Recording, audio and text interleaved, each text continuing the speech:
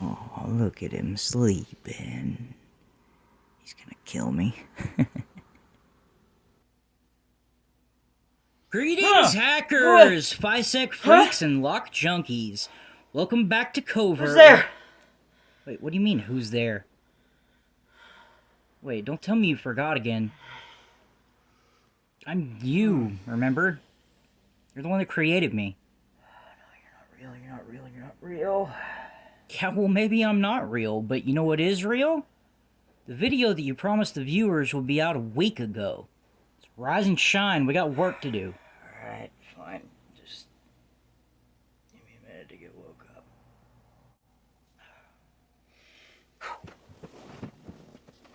Now, as I was saying, welcome back to Covert, where we explore the world of physical penetration testing, lock sport, and all things covert entry. I'm your host, the one and only Can Opener. And we've got something real special for you today. Do you mind? Sorry, my bad. If you're just gonna stand there, will you at least hand me my towel? God. This is part 2 of our series on social engineering, and this episode is all about confidence. But perhaps, maybe not in the way you might think. Many of the techniques and methods employed in social engineering are adopted from those of grifters or con artists.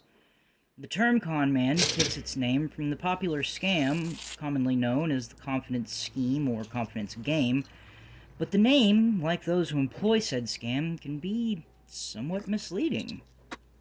At least in the sense that it's not necessarily about confidence in yourself. Oh, what a beautifully rainy day. So much as it's about instilling confidence in, and in turn, gaining the confidence of others.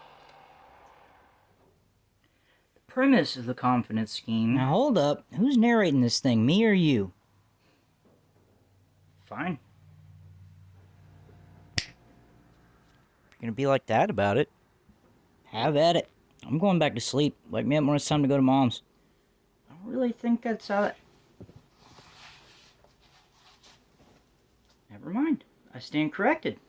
The premise of the confidence scheme is to instill the victim or mark with confidence, so that they feel more comfortable giving you whatever it is that you're after, be it money, intel, etc. And there are a variety of ways that you can go about employing social engineering to help you achieve said end.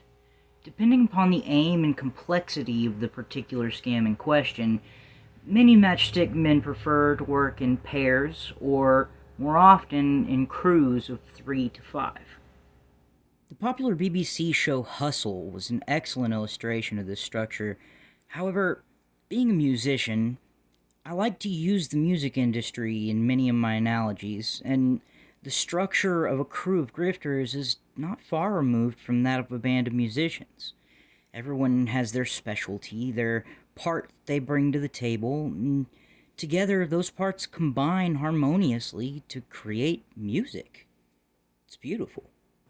And though I typically use some musical connotation for my analogies, most compare a confidence scheme to either fishing or wrangling cattle.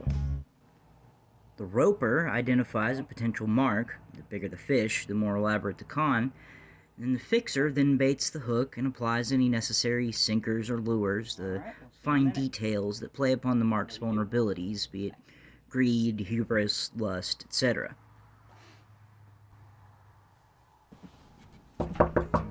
Look up in there. Mom's on her way. Alright. Did you see how long? At least the rain stopped. Haha, very funny. Let's go, I guess. Once the hook is set, Mark takes the bait, the roper begins to slowly reel them in. Not too fast or they'll jump the hook. Or worse, break your line and swim off with your bait. At this point, you need a net or convincer to finish hoisting your fish into the boat.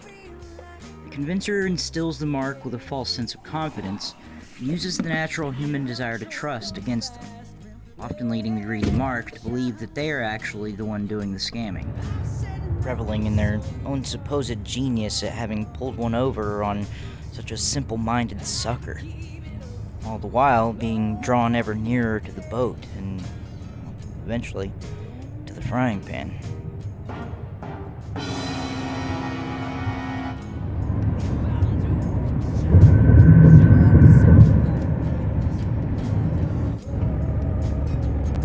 What are we in class? Are you raising your hand? Yes, you in the front row.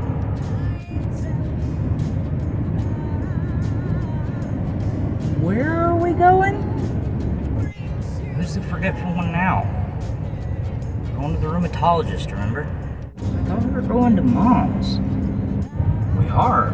We're going to the rheumatologist first. You never said that.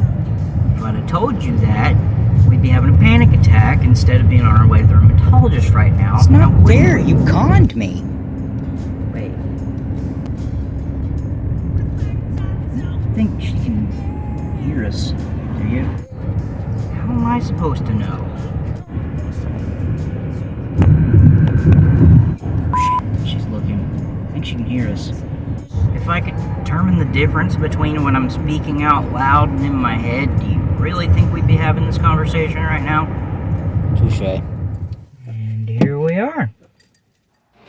While the desired outcomes may be different, the average crew of physical pen testers, often referred to as red teamers, though I don't really agree with that particular moniker, are also very much reminiscent of a standard grifting crew, using many of the same or similar attacks to simulate real-world threats against respective clients in an effort to evaluate and hopefully neutralize potential vulnerabilities to their physical security. Let's just do this and get it over with. For all of their discrepancies in representation, many of us turn to Hollywood and media for inspiration and research. Often the particular details are skewed and colored through the filtered lens of entertainment, and that's putting it nicely. With that being said, however, Hollywood has come leaps and bounds in the past decade in regards to representation of the hacker community as a whole, from realistic depiction of lockpicking to showing computer hackers running Kali Linux as opposed to the Matrix-style binary root code crawl, or my personal favorite, the trippy animated cyber landscapes of hackers from the 90s. I mean, come on, we all love Angelina Jolie, am I right? That wasn't so bad. Heard about what I expected to hear. Now, don't get me wrong, I love the cyber landscape concept. I grew up on Reboot, Code Lyoko, Digimon, and of course who can forget Tron. Conceptually, it's great, and it helps us wrap our heads around things like simulation theory, not to mention helps us to visualize the task chain of command execution through a lens of metaphor and anthropomorphization. Seriously? Can you stop raising your hand? Just, what is it? So, now are we going to Mom's? Yes, now we're going to Mom's. Sorry, You don't have to apologize. what's for supper? Good question. Let's find out. Mom, what's for supper? Oh, it's gonna be almond chicken and seasoned Spanish cauliflower rice and broccoli. Nice. Yum, yum. As I was saying, cyber landscape is great, but when it comes to accurate representation of computer hacking, especially from a security standpoint, it's just plain misleading. But in a sense, that's just another example of social engineering. Production value is a practically invaluable tool to have in your social engineering utility belt. None of you would watch this video if it was just me sitting on my couch reading from a script. It would be completely dry and undigestible from a consumer's perspective. However, production value doesn't always have to come at the expense of accuracy. For accurate Hollywood representation not only of computer hacking, but physical penetration attacks as well, look no further than the USA series, Mr. Robot. Plus, there's another accuracy depicted there that's a bit less readily evident, and it's a bit of a taboo topic. The quite common link between the hacker mentality, or covert mindset, and neurodivergence. According to verywellmind.com, Neurodivergence is defined as people whose brains function differently in one or more ways than is considered standard or typical.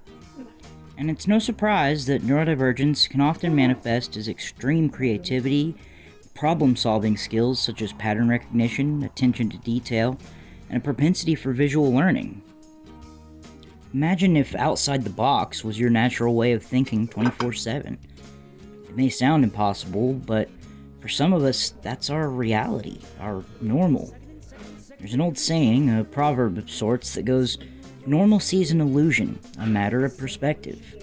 What's normal to the spider is chaos to the fly." A bit graphic, I'll admit, but an excellent illustration of perspective. Perspective. There's that word again. In part 1, we discussed using perspective and subtext to hack your surroundings. Did anyone ever guess the intended purpose of the space featured in part 1? I did lay the hints out there pretty thick. That's right, you guessed it. Video and the entirety of the song therein were recorded in a restroom. One of the camera angles is actually from on top of the reservoir tank of the toilet, with another from the counter next to the sink and one on the shelf in the middle of the cabinet. Talk about hacking your spaces, literally. Alright, we will see you next time. Alright, man. Good. As some of you may have already guessed, I myself am actually an example of neurodivergence.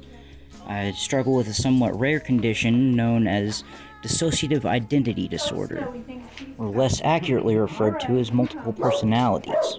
And while it can often be a hindrance, at times it's almost like its very own superpower. In truth, I'm a very introverted person, but my alter, Rain, well, he's a bit more of an extrovert.